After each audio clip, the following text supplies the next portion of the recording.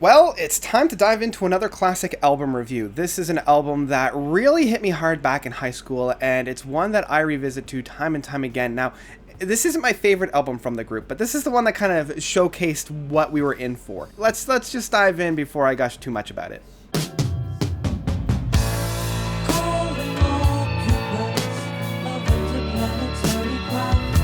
3:47 Eastern Standard Time by Klaatu. So for those of you that don't know, Klaatu is I guess, pop rock group from the 70s from Canada. A lot of people thought that they were like a Beatles reunion project in disguise, because within the album itself, they never list any credit of who was on the album. It goes to show the level of talent that these guys had. Within the album, finally we have found out that we have Dee Long, John Wolischuk, and Terry Draper. No one person is really responsible for any one thing. All three members sing, and you can hear each individual on the different tracks. Like, they harmonize with each other, but they also have their own style as well. Outside of, say, Terry, John and Dee are interchangeable in terms of playing the piano, playing the guitar works, the synthesizers, and all the production work as well. Within that kind of a frame of mind, we come into this,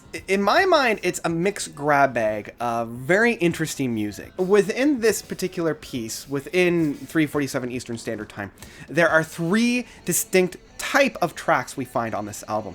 And I want to talk about them from the ones that I enjoy least to the ones that I enjoy most. And the first one being the one that holds the most amount of music is the ones that are just kind of the fun, accessible, pop rock music from the 70s. These songs include California Jam, Sub Rosa Subway, True Life Heroes, and Dr. Marvolio. Dr. Marvolio, it's a little bit darker in tone, playing tracks backwards while listening to it. And this is something that Klaatu has done and will continue to do, is having a sample be played backwards onto the actual recording. So really interesting work that they do there. But then you also have songs like California Jam and True Life Heroes that are just kind of like a fun, poppy, it really doesn't say too much. California Jam just being that, hey, let's go to California, it's really great and sunny there. Very similar to like the Beach Boys would do. And True Life Heroes just talking about those heroes that are like firefighters or lifeguards, or, those individuals that are looking out for the greater good and kind of wanting to aspire to that. And that is one thing about each of these songs, is that each one kind of tells a story in some way, shape, or form. And then Sub Rosa Subway, talking about the first subway that was built in the US, and, this guy is digging underground to create the first kind of subway. And then, I didn't even talk about like Dr. Marvolio just being like, here's the mystery cure. This is something that Klaatu will write about, of just like these weird, strange inventions and kind of pushing the envelope. And this is also found within Sub Rosa Subway. So these are kind of like not necessarily the lesser tracks, but the ones that I don't enjoy quite as much. They're just poppy, accessible, serviceable songs that keep me going, and ones that I really, really enjoy. The next one are the quirky, strange, fun tracks that I love from Klaatu. That's the tracks Anus of Uranus and Sir Bodsworth Rugglesby III. Each one of these, again, it tells a different story, and within these stories, it's just the music itself is just really, really fun and bumping. Anus of Uranus is basically just a guy that gets abducted by aliens. This is something that Klaatu did within their next couple of albums, especially Hope and Magenta Lane, of incorporating some kind of space theme. And the space theme continues with the two last tracks I'm going to be talking about. Anus of Uranus is just a fun, really interesting track. There's a few, again, reversal interludes within there. Sir Bodsworth Rugglesby III being a tale about an individual who's gone to hell and back. The only person, again, that's said again and again and again in the track is, I'm the only man that's ever been to hell and come back alive.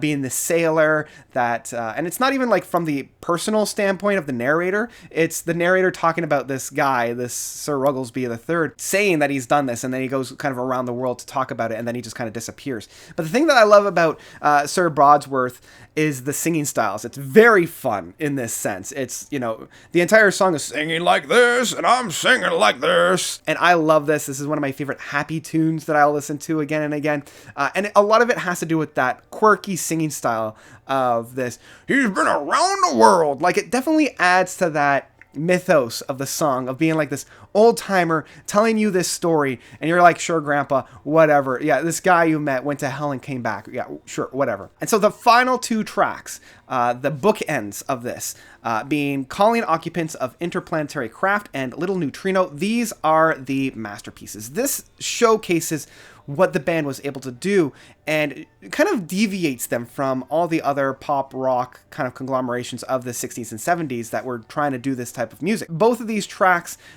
are centered in more of like a sci-fi space theme, and they are almost mirror images of one another. Calling Occupants is more of like a coming together as a species, reaching that first contact, and that's kind of where that 347 EST comes from. It's like the first contact, and it is into like the 7 minutes, so it is quite a progressive track in that sense, and the Carpenters, I believe, actually covered this to great success.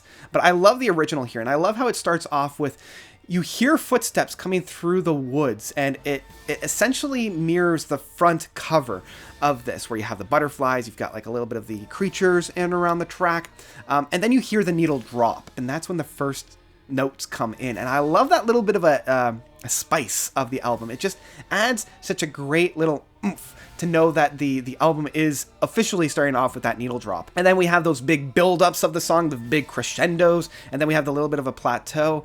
And again, it introduces a great, like, symphony of sound within this as well. It's accessible, it's poppy, but it's also experimental as well, and the overall community is the word that I'm looking for within this piece. It's like we're coming together as a nation, we're coming together as a peoples, and we're reaching out to the stars.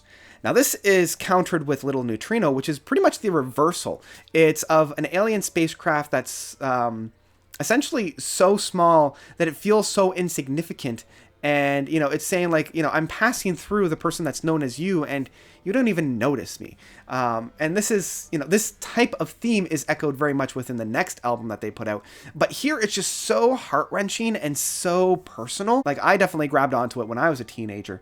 But instead of being so optimistic and so celebratory, here it's a lot more reflective. It's a lot more introspective. The music is reflected in that and being more minor and being more somber in that sense as well. But once we get into the play out, it just builds and builds and builds into such a strange and welcoming sort, but it's also very isolating as well. And again, it's the perfect mirror of that first track. And once it finally closes out, you hear a little like mouse squeak, and that could be attributed to the mouse that's on the back cover. So if the front cover was very much Calling Occupants, the back cover is definitely Little Neutrino. So overall, I adore this album, but a lot of it is also the rose tinted glasses that I wear when I come to this album, so I'm very conscious of the bias that I bring to this album, not only knowing that it's a Canadian artist, not only because it was so personal to me when I was a teenager.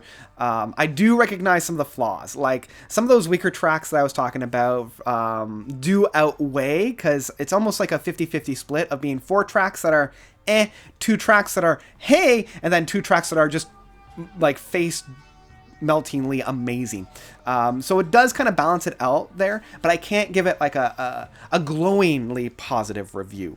What I can say is, for a debut album, this was a fantastic start.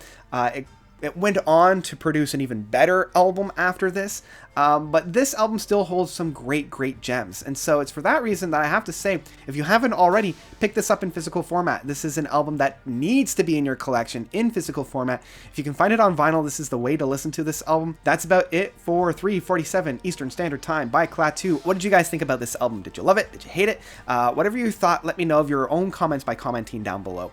Thank you guys so much for watching. This one is another one that I'm going to be trying to do with revisiting those albums that I was listening to in my past. I want to showcase those albums that aren't necessarily masterpieces, but those that I still love. And this is a classic example of an album that isn't quite a masterpiece, but one that I still love with my whole heart. So thank you guys, as always, for watching. You guys are definitely the best. And until next time, notes out.